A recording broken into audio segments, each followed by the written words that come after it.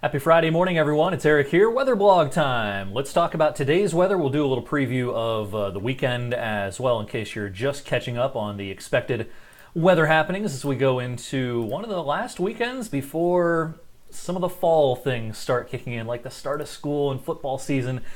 And the Canfield Fair is just a little over a week and a half away. It's hard to believe that we're getting to that time of the year. But anyway, summer-like day today. It's muggy.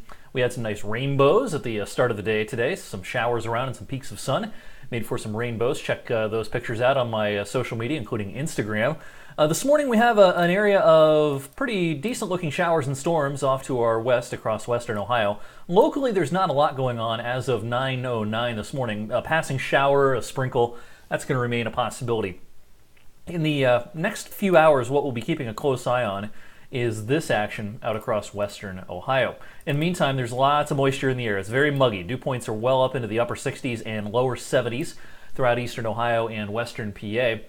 The risk for showers and storms will be there today. The excessive rainfall outlook has us in this kind of green shade today, and that means that there's a kind of low-end risk of flash flooding.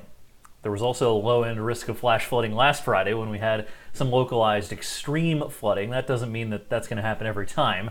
But, when we have this excessive rainfall outlook, when we're in the low-end risk, that doesn't mean the risk is zero. It means we have to pay attention to the weather today, and it means that any thunderstorm that does manage to get going could have some heavy rain. The one thing we have going for us that we didn't have last Friday is there's enough wind in the atmosphere today to keep these things moving along at a decent clip. Last Friday there was hardly any wind to steer along those storms, and that's why they sat over the same areas over and over again. So what's going to happen to that complex of storms out across western Ohio? I want to back things up to this morning. There we go. Here's our high-res modeling. It's doing a decent job with the handling of the current radar this morning. So this is what the future radar should look like. And notice what it does as we go through the late morning with that northwest Ohio complex. It weakens it. We're going to see if this ends up being the right idea here pretty soon. But the current idea with the high-res modeling is to weaken this as it comes across northern Ohio and into the Lake Erie area as well.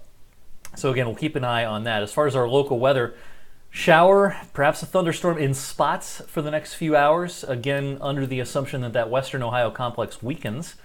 Now as we go into the afternoon, I think our rain chances will start to increase again, so that by 3, 4, 5 o'clock, that's probably our wettest or part of the day, or our highest risk of showers and storms will be late in the afternoon, early in the evening. Overall, I'm expecting a more active day today than we had yesterday.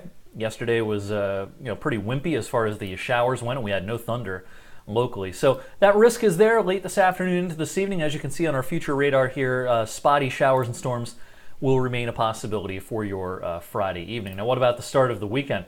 As I told you about yesterday on air and online, we had to slow down our cold front a little bit in our forecast, and that means that we have to allow for real spotty stuff tomorrow. Now, this is 11 o'clock in the morning on Saturday. Notice the model's not showing much, but little cells, quick shower, can't rule out a thunder shower. It's going to be a possibility, I think, through about mid-afternoon.